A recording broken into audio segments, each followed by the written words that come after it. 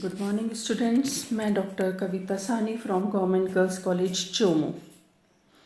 आज हम BSc part 2 के फर्स्ट पेपर के अंतर्गत स्कॉर्पियन की आगे के सिस्टम्स के बारे में बात करेंगे।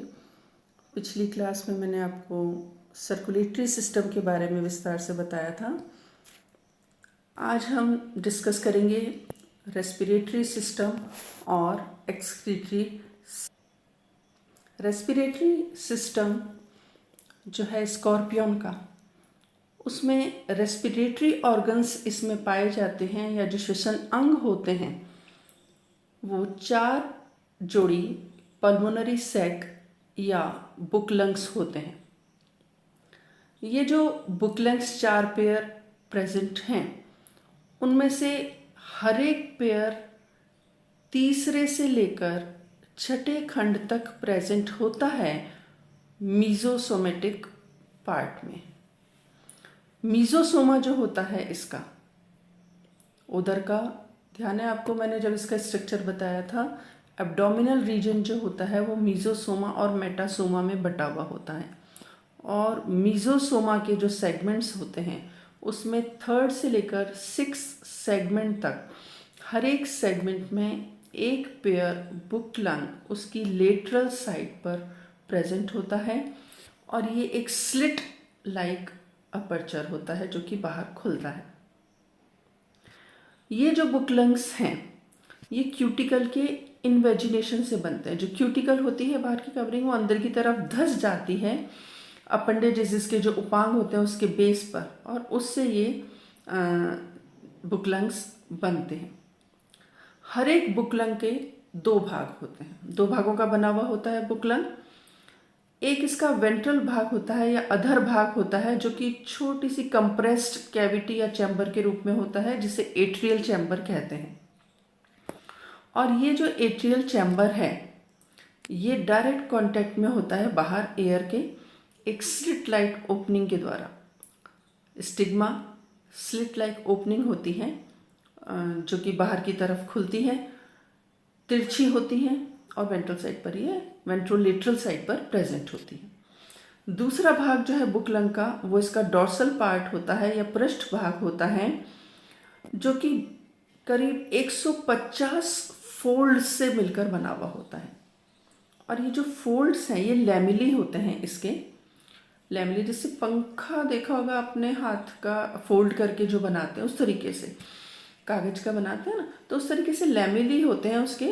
ये सारे जो लैमिली हैं एक दूसरे के पैरेलल होते हैं और जैसे किताब के पन्ने होते हैं उस तरीके से अरेंज होते हैं, एक दूसरे से जुड़े हुए होते हैं।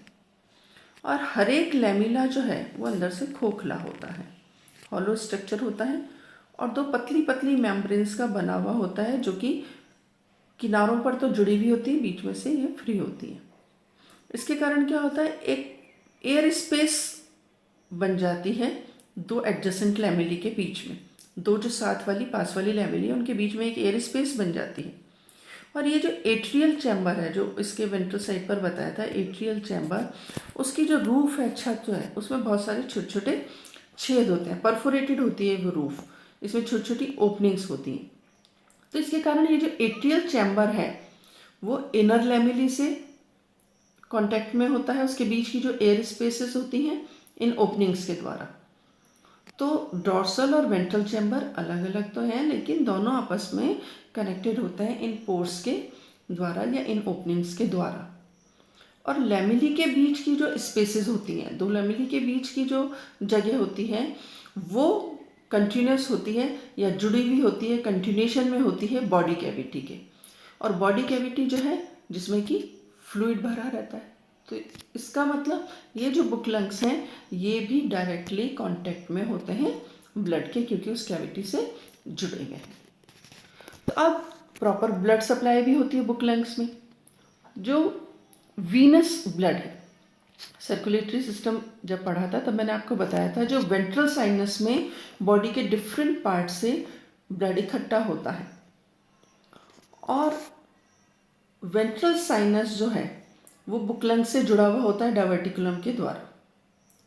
तो जो एरेटेड ब्लड होता है या जो शुद्ध ब्लड होता है लैमिली से, लंग्स में आने के बाद ये ब्लड शुद्ध हो जाता है, प्यूरिफाइड हो जाता है और लेमिली से हर एक भूखलंग के इकट्ठा होता है पल्मोनरी वेन से और फिर जाकर ये खुलता है पेरिकार्डियम में। तो प्योर ब्लड जो होता है वो पल्मोनरी वेन से कलेक्ट होकर और जाकर पेरिकार्डियम में खुलता है, जहाँ से हार्ट के थ्रू पूरी बॉडी को वो डिस्ट्रीब्यूट किया जाता है। रेस्पिरेशन कैसे होता है इसमें? तो इसमें जब हवा का अंदर जाना और बाहर जाना बुक लंग्स का जो होता है वो मसल्स की वजह से होता है। डॉर्सोवेंट्रल और एट्रियल मसल्स होती हैं। जब ये मसल्स कॉन्ट्रैक्ट होती हैं तो बुक लंग्स जो है वो कंप्रेस हो जाते हैं और लेमिनी के बीच की जो एयर है, जो उनके बीच में स्पेसेस है, उसके बीच में जो एयर भरी हुई होती है वो एट्रियल चैम्बर में आ जाती है और एट्रियल चैम्बर क्योंकि स्टिग्मा के द्वारा बाहर की से जुड़े हुए हैं तो वो बाहर निकल जाती है। और जब मसल्स रिलैक्स होती हैं फिर से तो बुक लंग्स वापस अपने नॉर्मल शेप में आ जाते हैं। उसके कारण क्या होता है, बाहर से जो एयर स्टिग्मा के थ्रू अंदर आती है अंदर और एट्रियल चैम्बर से होती हुई फिर इंटरलेम्युलर स्पेस में पहुंच जाती है। तो इस तरीके से एक्सचेंज होता है गैसेस का एयर के बीच में और जो इंटरलेम्युलर स्पेसेस हैं उनके थ्रू, और जो ब्लड जो यहाँ से पास होता है उसमें से जो इम्प्योर ब्लड है उसमें से कार्बन डाइऑक्साइड छोड़ दी जाती है जो कि बाहर निकल जाती है बाहर जाने वाली एयर के साथ, और इनको जो ऑक्सीजन बाहर से अंदर आई है वो ब्लड मिल जाती है और वो प्योर ब्लड फिर हार्ट को पहुंचा दिया जाता है। तो इस तरीके से बुक लंग्स के द्वारा स्कॉर्पियन में रेस्पिरेशन होता है। अब हम बात करते हैं एक्सक्रीटरी सिस्टम या उत्सर्जी तंत्र की। एक्सक्रीटरी ऑर्गन्स जो है स्कॉर्पियन में वो 4 तरह के ऑर्गन्स होते हैं। एक होती है मेल्पिगियन ट्यूब्यूल्स, कॉक्सल ग्लैंड, हिपेटोपेंक्रियास और नेफ्रोसाइट्स। ये चारों ऑर्गन्स जो हैं इसको एक्सक्रीशन में मदद करते हैं।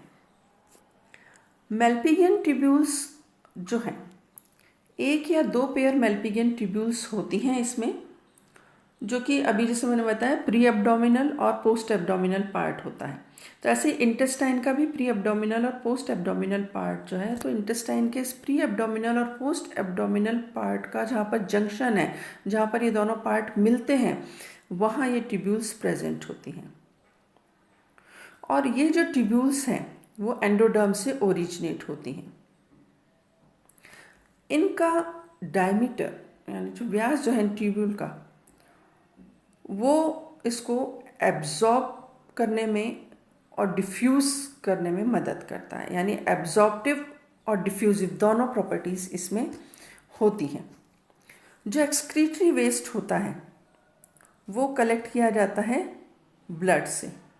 ये ट्यूब्यूल्स जो हैं वो गट के बाहर की तरफ प्रेजेंट हैं और मतलब गट के बाहर प्रेजेंट हैं और जो ये ओपन स्पेस है उसमें होती हैं। तो जो वेस्ट है वो कलेक्ट किया जाता है ब्लड से और उसको फिर इंटेस्टाइन में डाल दिया जाता है और इंटेस्टाइन से फिर पास होता हुआ फीसिस के साथ यानी बाहर निकलने वाले वेस्ट के साथ, अनडाइजेस्टेड फूड के साथ ये बाहर निकाल दिया जाता है। मेल्पिगियन ट्यूब्यूल्स इनकी ये जो है अंदर विलाई लाइक प्रेजेंट होते हैं, तो इसके एब्जॉर्प्टिव सरफेस को बढ़ा देते हैं। मेन जो इसमें एक्सक्रीटरी वेस्ट है वो गुआनिन होता है। चीफ वेस्ट जो है वो गुआनिन होता है। हालांकि इसके साथ साथ इसमें एडेनिन और यूरिक एसिड भी देखा गया है, वो भी पाया जाता है। Another excretory organ is coxal gland. Coxal gland जो है ये भी एक पेयर होती हैं, एक जोड़ी कॉक्सल ग्लैंड होती हैं, सफ़ेद रंग की ग्लैंड्स होती हैं जो कि प्रोसोमा में इसके एंडोस्टर्नाइज के पास में उसके सामने दोनों साइड पर एक एक ग्लैंड प्रेजेंट होती है। और ये जो कॉक्सल ग्लैंड्स हैं ये एम्ब्रियो में तो 5 जोड़ी होती हैं जो कि 2nd, 4th, 5th, 6th और 8th सेगमेंट में पाई जाती हैं। लेकिन अडल्ट स्कॉर्पियन में केवल 5th सेगमेंट की कॉक्सल ग्लैंड ही परसिस्ट करती है, यानी वही पाई जाती है। तो एम्ब्रियो में तो 5 जोड़ी होती हैं लेकिन अडल्ट में एक जोड़ी कॉक्सल ग्लैंड होती है। ये जो कॉक्सल ग्लैंड है इसके 3 पार्ट्स होते हैं, 3 भाग होते हैं। एक बड़ा वेसिकल होता है, एक बलून जैसी संरचना होती है, बड़ी वेसिकल, जो कि एक्सक्रीटरी फंक्शन होता है, इसको एंड सैक कहते हैं। और ये जो एंड सैक है, पीछे की तरफ एक कॉइल्ड ट्यूब, एक ट्यूब से जुड़ा हुआ होता है, ट्यूब कॉइल्ड होती है, इसे कहते हैं लैबिरिंथ। लैबिरिंथ जाकर फिर खुलता है एक रिजर्वॉयर में, जो कि थोड़ा फूला हुआ भाग होता है, इसे ब्लैडर भी कहते हैं। और इस ब्लैडर से एक छोटी सी पतली डक्ट निकलती है, जो कि बाहर की तरफ खुलती है 5th वॉकिंग लेग के पास। तो इस तरीके से ये इसका पूरा स्ट्रक्चर होता है। तो ये जो कॉक्सल ग्लैंड्स हैं वो बिल्कुल वैसी होती हैं जैसे आपको ध्यान हो, ग्रीन ग्लैंड्स मैंने बताई थी आपको, उसमें अपने पढ़ा था एंटीनरी ग्लैंड्स या ग्रीन ग्लैंड्स पेलिमोन में, प्रॉन में पढ़ा था। तो नाइट्रोजिनस वेस्ट जो है वो इकट्ठा किया जाता है ब्लड से। ये ब्लड से नाइट्रोजिनस वेस्ट को इकट्ठा करने का काम वेसिकल करता है। तो वेसिकल में ये वेस्ट इकट्ठा किया जाता है और इकट्ठा करने के बाद ये लेबिरिंथ से होता हुआ वेसिकल में पहुंचता है। और फिर ये जो एक्सक्रीटरी पोर के द्वारा जो बाहर खुल रहा है ब्लैडर, तो उस एक्सक्रीटरी पोर से बाहर की तरफ एक्सक्रीट आउट कर दिया जाता है। तो इस तरीके से ये कॉक्सल ग्लैंड भी इसको एक्सक्रीशन में या उत्सर्जन में मदद करती है। Another excretory organ which is found in scorpion is hepatopancreas. Hepatopancreas actually main function तो इसका आपको पता है, it is a digestive gland. ये एक डाइजेस्टिव ग्लैंड है, पाचक ग्रंथि है। इसका जब हमने डाइजेस्टिव सिस्टम पढ़ा था तब मैंने आपको बताया भी था। और ये जो मीजोसोमा या एब्डोमिनल का जो अपर पार्ट है उस पूरे भाग में ये प्रेजेंट होता है, फैला हुआ होता है और डाइजेशन में मदद करता है। लेकिन ऐसा भी माना जाता है कि ये हेपेटोपेंक्रियाज जो स्कॉर्पियन में ये एक्सक्रीटरी ऑर्गन का काम भी करता है। पॉल्स्की ने बताया कि अमोनिया कार्बिन जो होता है अगर इंजेक्ट किया जाए बॉडी के अंदर कैविटी में, स्कॉर्पियन की बॉडी कैविटी में अगर इंजेक्ट किया जाए तो वो जाके इकट्ठा हो जाता है छोटे छोटे ब्राइट रेड कलर की ग्रेन्यूल्स के फॉर्म में हेपेटोपेंक्रियास में। तो इस आधार पर ये समझा जाता है कि ये वेस्ट को एक्यूमुलेट करने का काम करता है। इसके अलावा जो एक्सक्रीटरी ऑर्गन्स प्रेजेंट होते हैं इसमें स्कॉर्पियन में, वो है नेफ्रोसाइट्स।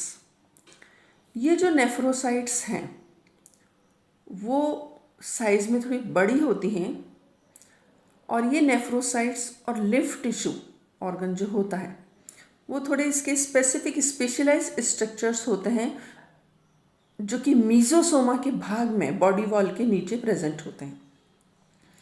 और ये नेफ्रोसाइट्स या लिम्फ टिश्यू जो है ये एक्सक्रीटरी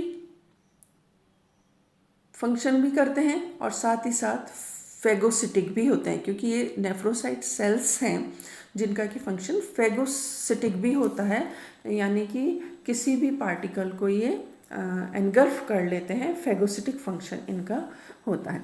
तो इस तरीके से मैल्पिगियन ट्यूब्यूल्स, कॉक्सल ग्लैंड्स, हेपेटोपेंक्रियास और नेफ्रोसाइट्स, ये सभी ऑर्गन्स जो कि स्कॉर्पियन में प्रेजेंट होते हैं इसको उत्सर्जन में मदद करते हैं।